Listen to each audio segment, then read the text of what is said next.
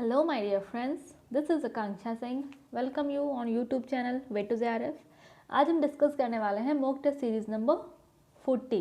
तो इसका पूरा प्लेलिस्ट है जिसका लिंक नीचे डिस्क्रिप्शन बॉक्स में दिया है, ऊपर आई बटन पे भी दिया है। तो यहाँ से एक पूरी प्लेलिस्ट आप ज़रूर चेक करिएगा, आपके लिए बेनिफिशियल होगी क्योंकि हर एक वीडियो में 20 क्वेश्चंस हैं। तो ऑलमोस्ट हमने 800 क्वेश्चंस कवर कर लिए हैं। तो आप ये जो प्लेलिस्ट है उसको ज़रूर चेक करिएगा, आपकी ये पीजीटी, टीजीटी एंड नेट सब सारे एग्ज़ाम्स के लिए बेनिफिशियल है।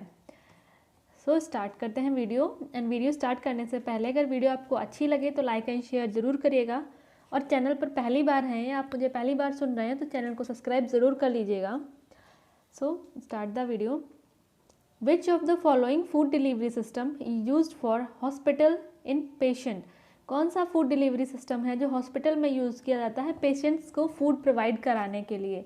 एंड हाँ, डिस्क्रिप्शन में टेलीग्राम चैनल का लिंक दिया है, वहाँ से आप टेलीग्राम चैनल ज्वाइन कर लीजिएगा, वहाँ पे आपको सारे PDF मिल जाएंगे। हॉस्पिटल में कौन सा फूड डिलीवरी सिस्टम यूज़ किया जाता है पेशेंट्स को खाना देने के लिए? जो हॉस्पिटल में जो पेशेंट्स हैं उनको खाना देने के लिए कौन सा वाला फूड सिस्टम जो है फूड डिलीवरी सिस्टम यूज़ किया जाता है? तो हॉस्पिटल में जो फूड डिलीवरी सिस्टम यूज़ किया जाता है वो होता है centralised system.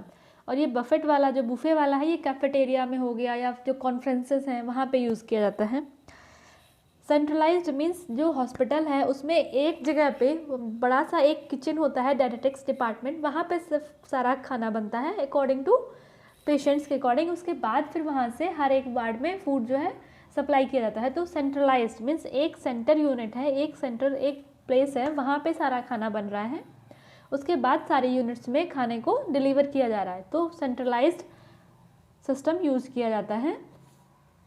Next question is which of the following is not a simple yarn? इनमें से कौन सा जो है वो सिंपल यार्न नहीं है? एंड लास्ट वीडियो में जो आपसे क्वेश्चन पूछा था कि कांथा कहाँ की फेमस एम्ब्रॉयडरी है, तो कांथा जो है वो वेस्ट बंगाल की फेमस एम्ब्रॉयडरी है। तो आप लोगों से रिक्वेस्ट है कि आप सभी लोग आंसर किया करिए, थोड़ा सा इंटरेक्शन बढ़ता है तो अच्छा लगता है। तो इसमें से कौन सा जो है वो सिंपल यार्न नहीं है? तो जो टेक्सचर्ड यार्न है ये सिंपल यार्न नहीं है, नाम से ही कंट्रोवर्सी है, एक सिंपल देन टेक्सचर। तो टेक्सचर्ड यार्न जो होते हैं वो सिंपल यार्न नहीं होते हैं। सिंगल यार्न है वो सिंपल होंगे, प्लाई ये भी सिंपल यार्न से मिलके बनते हैं तो ये भी प्लाई भी सिंपल यार्न है, केबल भी सिंपल है। जो टेक्सचर्ड यार्न है ये सिंपल यार्न नहीं होते हैं। नेक्स्ट क्वेश्चन आता है intrinsic value is also called. जो इंट्रिंसिक वैल्यू हैं उनको और क्या कहा जाता है? जो इंट्रिंसिक वैल्यू होती हैं वो पर्सन की अपनी पर्सनल वैल्यूज़, पर्सनल डिज़ायर्स होती हैं, तो इंट्रिंसिक वैल्यू को कहा जाता है टर्मिनल वैल्यूज़। जो इंट्रिंसिक वैल्यूज़ हैं इनका दूसरा नाम है टर्मिनल वैल्यूज़। और हम इंट्रिंसिक वैल्यू को नॉन टेंजिबल भी कहते हैं, मीन्स जिनको छुआ नहीं जा सकता है या जिनको जो सामने वाला पर्सन है वो टच नहीं कर सकता है। तो इंट्रिंसिक वैल्यू को नॉन टेंजिबल, टर्मिनल वैल्यूज़ भी कहते हैं। मीन्स जो एसेंशियल वैल्यूज़ हैं, जो मेन प्रिंसिपल वैल्यूज़ हैं वो होती हैं इंट्रिंसिक वैल्यूज़ और उनको बोलते हैं टर्मिनल वैल्यूज़। नेक्स्ट क्वेश्चन आता है operant conditioning is also known as. जो ऑपरेंट कंडीशनिंग है इज ऑल्सो नोन एज, इसको और क्या कहा जाता है? तो जो ऑपरेंट कंडीशनिंग है इसको इंस्ट्रूमेंटल कंडीशनिंग कहा जाता है। और जो इंस्ट्रूमेंटल कंडीशनिंग मीन्स यहाँ पे बिहेवियर की बात कर रहे हैं, बिहेवियर को मॉडिफाई करना, बिहेवियर को चेंज करना। तो change in behaviour by consequences means कोई एक काम हो रहा है, बार बार वही काम किस फ्रिक्वेंसी से हो रहा है, किस स्ट्रेंथ से हो रहा है, तो इसको बोलते हैं ऑपरेंट कंडीशनिंग। जैसे वो थॉर्नडाइक की एक थ्योरी थी ना, वो लर्निंग थ्योरी, जिसमें एक कैट को बंद करके रखते हैं पिंजरे में, फिर वो उसमें कुछ करती है, जिससे उसका अगर डोर है उसका लीवर प्रेस हो गया तो वो एक बार उससे लीवर प्रेस हुआ, दरवाज़ा खुल गया तो वो बाहर आ गई। तो यहाँ पे उसने trial and error means conditioning हो रही है यहाँ पे।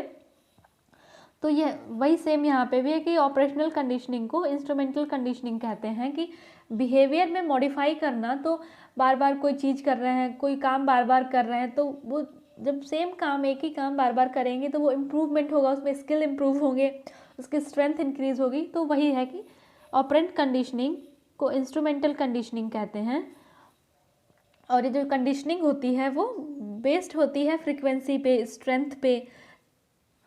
नेक्स्ट क्वेश्चन आता है, informal education is often term as, जो इनफॉर्मल एजुकेशन है इसको और क्या कहा जाता है? तो इनफॉर्मल एजुकेशन को इंसिडेंट एजुकेशन भी कहा जाता है। देखो, formal education, non formal education and informal education. तो जो फॉर्मल एजुकेशन होती है वो क्लासरूम्स में होती है, वो एक फिक्स्ड करिकुलम होता है, उसमें कब एग्ज़ाम होगा, कब थ्योरी होगा, कब प्रैक्टिकल होगा, एक फिक्स्ड करिकुलम होता है। जो नॉन फॉर्मल एजुकेशन होती है ये फिक्स नहीं होती है, नीड बेस्ड एजुकेशन होती है। जैसे जो एक्सटेंशन वर्कर फील्ड में जाके जो एजुकेशन प्रोवाइड कराते हैं उसको बोलते हैं नॉन फॉर्मल। और इनफॉर्मल इज जो इंसिडेंटली कुछ काम कर रहे हो, वहाँ से आपको कुछ सीखने को मिला, या कोई इंसिडेंट हो गया वहाँ से आपको कुछ सीखने को मिला, तो ये लाइफ लॉन्ग एजुकेशन होती है। तो जो इनफॉर्मल एजुकेशन होती है इसको इंसिडेंटल एजुकेशन भी बोलते हैं। नेक्स्ट क्वेश्चन आता है, एपिडियोस्कोप इज ऑल्सो नोन एज, एपिडियोस्कोप को और क्या कहा जाता है? एपिडियोस्कोप को और किस नाम से जाना जाता है? तो एपिडियोस्कोप को ऑप्टिक प्रोजेक्टर के नाम से भी जाना जाता है। ये विजुअल ऐड है, ये प्रोजेक्टेड विजुअल ऐड है। तो ये एपिडियोस्कोप जो है प्रोजेक्टेड विजुअल ऐड है, इसको ऑप्टिक प्रोजेक्टर भी कहते हैं। नेक्स्ट आता है, the following is not a scale of numerical measurement, इनमें से कौन सी जो मेजरमेंट स्केल है वो न्यूमेरिकल मेजरमेंट स्केल नहीं है? तो ये interval scale, nominal scale, ordinal scale, ratio scale, ये सारी स्केल हैं। इनसे रिलेटेड क्वेश्चन मोस्टली जो नेट एग्ज़ाम का जो पेपर 1 होता है उसमें ज़्यादा इससे रिलेटेड क्वेश्चन आते हैं। ये इंटरवल, ऑर्डिनल, रेशियो, इन सब में न्यूमेरिकल मेजरमेंट होता है, बट जो नॉमिनल स्केल है इसमें न्यूमेरिकल मेजरमेंट नहीं होता है। तो जो और सबसे जो कम वैल्यू वाली स्केल है, जिसको जो लोएस्ट वैल्यू होती है वो नॉमिनल स्केल है। नॉमिनल स्केल की सबसे लोएस्ट वैल्यू होती है, रेशियो स्केल की जो वैल्यू है वो हाईएस्ट होती है। नेक्स्ट क्वेश्चन आता है, which of the following is not toxic constituent in pulses, means दालों में कौन सा जो ये कॉन्स्टिट्यूएंट्स हैं इनमें से कौन सा कॉन्स्टिट्यूएंट जो टॉक्सिक नहीं है? क्योंकि जो पल्सेस होती हैं उनमें टॉक्सिक कॉन्स्टिट्यूएंट प्रेजेंट होते हैं जो उसकी डाइजेस्टिबिलिटी को और जो न्यूट्रिएंट एब्जॉर्प्शन है उसको अफेक्ट करता है। तो ट्रिप्सिन इनहिबिटर ये टॉक्सिक कॉन्स्टिट्यूएंट है, हीमोग्लूटिनिन ये भी टॉक्सिक कॉन्स्टिट्यूएंट है, लिथ्रोजेंस ये तो आपने सबने पढ़ा होगा, ये भी टॉक्सिक कॉन्स्टिट्यूएंट है जो लथाइरस सटाइवस कॉज करता है, जो कि मेनली खेसरी दाल है उसमें प्रेजेंट होता है। जो टॉक्सिक कॉन्स्टिट्यूएंट नहीं है, तो ब्रोमेलिन जो है ये टॉक्सिक कॉन्स्टिट्यूएंट नहीं है, ये पल्सेस में ये toxic as a toxic constituent ये पल्स में प्रेजेंट नहीं होता है।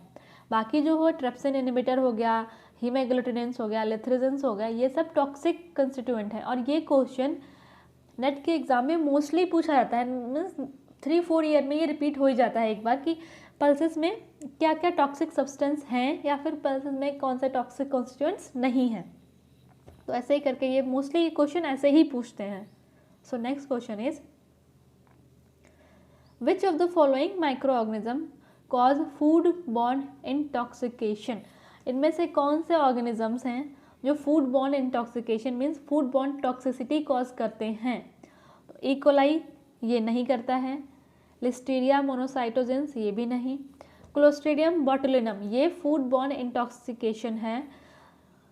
जो ये केन्ड फूड प्रोडक्ट आते हैं, जो केन में पैक्ड फूड प्रोडक्ट होते हैं, मेनली ये क्लोस्ट्रीडियम बोटुलिनम वहीं से जो है फूड बॉर्न इंटॉक्सिकेशन कॉज करता है।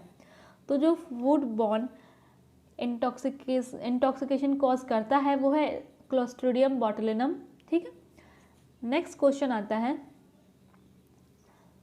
Which of the fabric known for their strength, कौन से फैब्रिक की स्ट्रेंथ मीन्स इसमें जो फैब्रिक दिए हुए हैं इनको इनकी स्ट्रेंथ के लिए कौन ज़्यादा फेमस है, कि ऐसे कौन से फैब्रिक हैं जिनकी स्ट्रेंथ अच्छी होती है? तो ऑप्शंस हैं डेनिम, मलमल, सैटिन, केसमेंट। तो डेनिम और केसमेंट जो फैब्रिक है इनकी स्ट्रेंथ अच्छी होती है, मजबूत फैब्रिक होते हैं। तो C is the correct option, denim और केसमेंट ये जो फैब्रिक हैं इनकी स्ट्रेंथ अच्छी होती है, ये मजबूत होते हैं। नेक्स्ट क्वेश्चन आता है, the element of design are, जो डिज़ाइन के एलिमेंट्स हैं वो क्या हैं? देखो, प्रिंसिपल ऑफ डिज़ाइन है और एलिमेंट ऑफ डिज़ाइन है। तो यहाँ पे हम बात कर रहे हैं एलिमेंट्स क्या हैं डिज़ाइन के।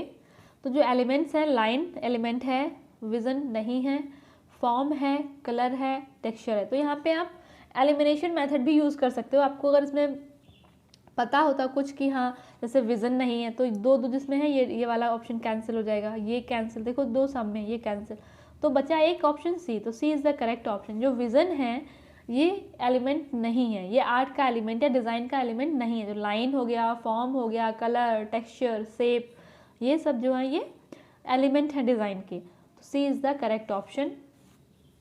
नेक्स्ट क्वेश्चन आता है, hormonal changes are associated with. जो हार्मोनल चेंज हो रहा है, जो चेंज होते हैं वो किससे एसोसिएटेड है, किस चीज़ से रिलेटेड है। तो एग्रेशन, रिग्रेशन, फ्रस्ट्रेशन, डिप्रेशन, ये सारी स्टेजेज हैं जिनके साथ हार्मोनल जो चेंज है वो एसोसिएटेड होता है। आपको गुस्सा आ रहा है तब भी हार्मोनल चेंज हो रहा है, आपको गुस्सा नहीं आ रहा है, आप कूल हैं, काम है, तब भी हार्मोनल चेंज हो रहा है। फ्रस्ट्रेशन है, डिप्रेशन है, तो ये हर एक स्टेट में हार्मोनल चेंजेस होते रहते हैं। तो जो हार्मोनल चेंजेस हैं, एग्रेशन है, रिग्रेशन है, फ्रस्ट्रेशन है, डिप्रेशन है, सब हर एक स्टेज से रिलेटेड है।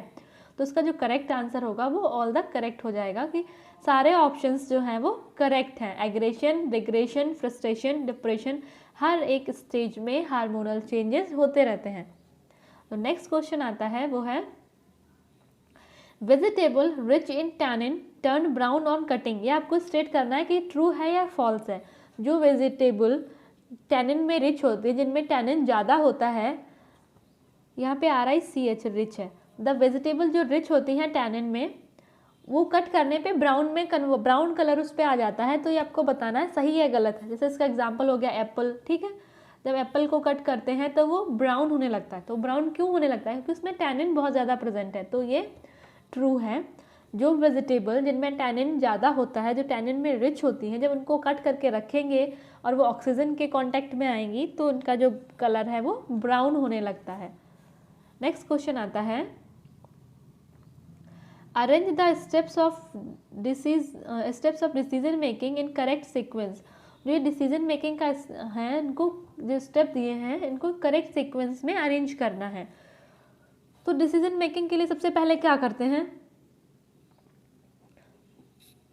तो सबसे पहले जो भी हमारे सीक्वेंसिंग, ठीक है, जो भी चीज़ हमारे पास प्रेजेंट है उनको हम एक सीक्वेंस में रखेंगे कि हाँ क्या क्या है। उसके बाद यहाँ इंफॉर्मेशन गेदर करेंगे कि जो भी प्रॉब्लम है उसके रिलेटेड इन्फॉर्मेशन क्या है। जब इंफॉर्मेशन मिल जाएगी तो उसके पॉसिबल अल्टरनेटिव्स या पॉसिबल सॉल्यूशंस क्या हो सकते हैं वो देखेंगे। एक बेसिक स्ट्रक्चर है जो मैं बता रही हूँ कि सबसे, ठीक है, उसका जब पॉसिबल जितने भी अल्टरनेटिव्स हैं वो हमें मिल जाएंगे, उसके बाद हम देखेंगे कि बेस्ट अल्टरनेटिव क्या है जिसका बेस्ट कम से कम यूज़ करके ज़्यादा से ज़्यादा अच्छा आउटपुट मिले। लास्ट में क्या देखते हैं कि रिजल्ट क्या आए हैं। तो सीक्वेंसिंग, सबसे पहले आता है सीक्वेंसिंग, उसका इंफॉर्मेशन गेदर करना, देन फॉर्मुलेटिंग अल्टरनेटिव्स, उसके बाद सेलेक्ट करना बेस्ट पॉसिबल अल्टरनेटिव, उसके बाद देखना कि आउटकम उसका रिजल्ट क्या आएगा। तो D is the correct option. ये सारे जो ऑप्शन दिए हैं सीक्वेंस में ही दिए हैं। तो सबसे पहले क्या देखेंगे कि प्रॉब्लम क्या है, प्रॉब्लम उससे रिलेटेड सारी इन्फॉर्मेशन देखेंगे। फिर इन्फॉर्मेशन के बाद हम देखेंगे कितने पॉसिबल सॉल्यूशंस हैं, उसमें से बेस्ट जो सॉल्यूशन होगा उसको सेलेक्ट करेंगे। उसके बाद देखेंगे रिजल्ट क्या आता है। तो D is the correct option. तो यहाँ से भी देख लीजिए जो डी है वो करेक्ट ऑप्शन है। नेक्स्ट क्वेश्चन आता है, give the correct sequence of Piaget's theory of cognitive development. पियाजे की जो कॉग्निटिव डेवलपमेंट थ्योरी है इसका सीक्वेंस बताना है। क्योंकि इनकी थ्योरी में 4 स्टेजेस हैं, तो आपको ये चारों स्टेजेस का करेक्ट सीक्वेंस बताना है क्या है। तो सबसे पहले आता है सेंसरी मोटर, ठीक है, ये सबसे पहले सेंसरी मोटर स्टेज आती है। उसके बाद आती है pre operational, then formal operational and then आती है कंक्रीट ऑपरेशनल। तो कौन सा ऑप्शन सही है, तो ऑप्शन जो सी है ये सही है। सेंसरी मोटर स्टेज, फिर pre operational stage, then formal operational stage, then concrete operational stage. और जो सेंसरी मोटर स्टेज होती है ये ऑब्जेक्ट परमानेंसी मीन्स जो जब बच्चा छोटा होता है उसको जो चीज़ दिखा दो उसको लगता है, उसको चांद को देखता है जैसे, तो उसको लगता है कि हाँ चांद हमेशा रहता है। एक परमानेंसी है ऑब्जेक्ट की, जो भी चीज़ देखता है उसको लगता है कि मैं देख रहा हूँ, तो ये सब लोग वैसे ही देख रहे हैं। देन आता है pre operational stage. Pre operational stage में जो सेंसरी मोटर स्टेज होती है जो 0 to 2 ईयर्स के बीच की होती है। प्री ऑपरेशनल स्टेज जो आती है 2 to 7 ईयर्स में आती है। यहाँ पे जो बच्चा होता है वो ईगोसेंट्रिक होता है, वो सिर्फ अपना जो सोचता है उसको लगता है जो भी वो सोच रहा है सेम सब वही वैसे ही सोचते हैं। अगर वो टीवी देख रहा है और उसके पेरेंट्स दूसरे रूम में हैं, तो अगर वो टीवी में कुछ देख रहा है तो उसको लगेगा कि पेरेंट्स भी वही देख रहे हैं, वहीं से क्वेश्चन करेगा पेरेंट्स को। तो ये ईगोसेंट्रिक है, मीन्स बच्चा उसको लगता है कि जो वो सोच रहा है, जैसे वो सोच रहा है वो सही है और सभी वैसे ही सोचें। उसके बाद आता है फॉर्मल ऑपरेटिंग स्टेज। ये 7 to 11 ईयर तक की होती है, ठीक है। ये फॉर्मल ऑपरेशनल स्टेज आती है 7 to 11 ईयर। इसमें जो है जो कॉन्सेप्ट का कंजर्वेशन, जैसे अगर कोई एक गिलास ये थोड़ा सा बड़ा है और एक थोड़ा सा चौड़ा है, तो अगर दोनों में पानी भर के देते हैं तो वो बच्चे को कॉन्सेप्ट आना स्टार्ट हो जाता है कि हाँ ये इसकी हाइट कम है और हाइट ज़्यादा है, विड्थ कम है, इसकी विड्थ ज़्यादा है, हाइट कम है, बट जो वाटर का अमाउंट है वो सेम है। तो ये कॉन्सेप्ट, उसमें कॉन्सेप्ट आने लगते हैं, कंजर्वेशन आने लगता है। देन आती है कंक्रीट ऑपरेशनल स्टेज। तो आपको इसका एज बताना है कि कंक्रीट ऑपरेशनल स्टेज है, इसका एज ग्रुप क्या है, इसमें कितनी से कितने तक की एज आती है, और इसका मेन, जैसे इसमें ऑब्जेक्ट परमानेंसी है, यहाँ पे ईगोसेंट्रिज्म है, यहाँ पे कॉन्सेप्ट ऑफ कंजर्वेशन है, तो इसका मेन कॉन्सेप्ट क्या है, इसकी मेन एक जो वर्डिंग है या जो कीवर्ड बोल सकते हैं वो क्या है, और एज क्या है। तो आप सभी को आंसर करना है। आप जितने से ज़्यादा लोग इंटरेक्ट करोगे वो उतना अच्छा लगेगा। तो सभी को आंसर करना है कि कंक्रीट ऑपरेशनल स्टेज जो है इसका एज का ईयर, मीन्स इसका एज का ईयर क्या है और इसका जो मेन कीवर्ड है वो क्या है। तो आपको स्पेशली एज तो बताना ही बताना है कि आपको कि कंक्रीट ऑपरेशनल स्टेज में कौन से एज के बच्चे आते हैं। नेक्स्ट क्वेश्चन आता है, इसमें भी देख लीजिए, सी ऑप्शन सही है। नेक्स्ट क्वेश्चन आता है, give the correct sequence as per Berlo's model of communication. जो बर्लो का मॉडल ऑफ कम्युनिकेशन है उसके अकॉर्डिंग आपको करेक्ट सीक्वेंस में देना है। ऑप्शंस क्या क्या हैं, message, source, channel, decoder, receiver and encoder. तो सबसे पहले क्या है, जब हमारा सबसे पहले सेंडर होगा ना, सोर्स होगा, जब सोर्स होगा, सोर्स बाद जो सोर्स है वो अब देखो यहाँ पे इनकोड एंड डिकोड भी दिया है। तो जब इनकोड है ये हमेशा मैसेज के पहले आता है, जब पहले हम इनकोड करेंगे तभी तो मैसेज बनेगा। तो सोर्स आएगा, उसके बाद इनकोड आएगा, फिर मैसेज आएगा। अब मैसेज आ गया तो मैसेज थ्रू चैनल, देखो बर्लो का जो बेसिक मॉडल है वो है SMCR, ठीक है। तो इसको पहले आप अरेंज कर लो, और जो इनकोड है वो हमेशा मैसेज के पहले आएगा, और डी कोड है वो हमेशा रिसीवर के पहले आएगा, क्योंकि जब डी कोड होगा उसी के बाद तो रिसीवर मैसेज को रिसीव करेगा। तो हो गया SEMCDR। तो D is the correct option. SEM से मैसेज, C से चैनल, D से डिकोडर, R से receiver. Receiver is the last step होती है किसी भी कम्युनिकेशन प्रोसेस की, रिसीवर है। अगर रिसीवर के बाद में फीडबैक भी दिया है तो लास्ट आ जाएगा फीडबैक, अदरवाइज रिसीवर होगा लास्ट। तो जो बर्लो का जो बेसिक मॉडल है वो है SMCR, बट अगर इनकोड और डी कोड भी दिया है तो इनकोड जो है वो मैसेज के पहले आएगा और जो डी कोड है वो रिसीवर के पहले आएगा। तो D is the correct option. Next question आता है, match the following biochemical. A list 1 को लिस्ट 2 से मैच करना है। इसमें लिस्ट 1 में बायोकेमिकल टेस्ट दिए हुए हैं, लिस्ट 2 में डिजीज़ दी हुई है, तो आपको ये मैच करना है कि क्या है, ठीक है। क्वेश्चन नंबर है 17 ये। तो लिस्ट क्या है, क्रेटिनिन, बाइलरुबिन, T3, T4, LDL। तो इसको मैच करना है। इधर जो डिजीज़ दी हुई हैं वो liver, heart, kidney and thyroid. तो क्रेटिनिन जो है वो किससे रिलेटेड है, क्रेटिनिन जो है वो किडनी से रिलेटेड है, bilirubin liver, T3, T4 thyroid, LDL is heart. Creatinine kidney, bilirubin jaundice, जब रेड ब्लड सेल्स का जो ब्रेकडाउन है वो इंक्रीज कर जाता है, इससे बिलिरुबिन का फॉर्मेशन ज़्यादा होने लगता है, तो ये लीवर में होता है। T3 T4 ये थायराइड से रिलेटेड है, ठीक है। LDL ये लो डेंसिटी लाइपोप्रोटीन इस हार्ट से रिलेटेड है। तो कौन सा ऑप्शन सही है? तो option number B is the correct option, ठीक है। नेक्स्ट क्वेश्चन आता है, national literacy mission NLM enacted in the year. जो नेशनल लिटरेसी मिशन है वो कौन से ईयर में आया था, और इसमें जो इसका मेन टारगेट था वो 15 to 35 ईयर के जो एज ग्रुप के जो पर्सन थे उनको लिटरेट करना, उनके लिए मेन आया था। तो नेशनल लिटरेसी मिशन जो आया था वो 1988 में आया था। नेक्स्ट क्वेश्चन आता है, what is the meaning of endogamous family. Endogamous family का मीनिंग क्या है? इंडोगैमस फैमिली आप क्या इसका एक बेसिक जो मेन ऑब्जेक्टिव है या जो मेन प्रिंसिपल है वो क्या है? One man with one women, marrying inside the group, both A and B, none of these। तो Indo means internal means inside, तो मैरिंग इनसाइड द ग्रुप इसको बोलते हैं इंडोगैमस फैमिली। मीन्स जहाँ पे ग्रुप्स जो ग्रुप है ग्रुप के अंदर में ही शादी होती है उनको बोलते हैं इंडोगैमस फैमिली। और यहाँ पे दिया है one man with one women, जहाँ पे एक मैन एक वुमेन से शादी करता है उसको बोलते हैं मोनोगैमी। नेक्स्ट क्वेश्चन आता है, what is the meaning of exogamous family. Exo means outside, gamous group, जो उनका ग्रुप है ग्रुप के आउटसाइड जब शादी होती है उसको बोलते हैं एक्सोगैमस। तो आउटसाइड शादी, जब ग्रुप के आउटसाइड में शादी हो रही है उसको बोलेंगे exogamous. Many man marrying one women, जहाँ पे दिया हुआ है कि बहुत सारे मेन हैं वो एक वुमेन से शादी कर रहे हैं, वो होता है polyandry. Marrying inside the group ये तो हो गया है, इंडोगैमस होता है। तो जो एक्सोगैमस मीन्स आउटसाइड द ग्रुप, जब ग्रुप के आउटसाइड शादी करते हैं उसको बोलते हैं एक्सोगैमस। और जब बहुत सारे मेन मैरी करते हैं एक वुमेन से इसको बोलते हैं पॉलीएंड्रस। और जब बहुत सारी वुमेन मैरी करती हैं एक मैन से उसको बोलते हैं पॉलीगैमस। और ये जब बहुत सारे मेन होते हैं उसको बोलते हैं पॉलीएंड्रस, जब बहुत सारी वुमेन होती हैं उसको बोलते हैं पॉलीगैमस। ये आंसर्स हैं, तो आप आंसर्स भी देख लीजिएगा।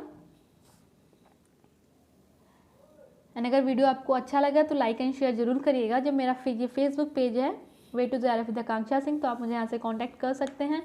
यूट्यूब चैनल है वे टू JRF, तो आप चैनल को सब्सक्राइब जरूर कर लीजिएगा। वीडियो अगर अच्छी लगी हो तो लाइक एंड कमेंट जरूर करिएगा। जो भी क्वेश्चन आपके लिए है उसका आंसर जरूर करिएगा। अगर आप चैनल पर फर्स्ट टाइम है तो चैनल को सब्सक्राइब जरूर कर लीजिएगा एंड वीडियो को शेयर करिए अपने फ्रेंड्स के साथ। एंड जल्दी ही मिलते हैं नेक्स्ट वीडियो में, तब तक के लिए wish you all the very best, good luck, bye bye.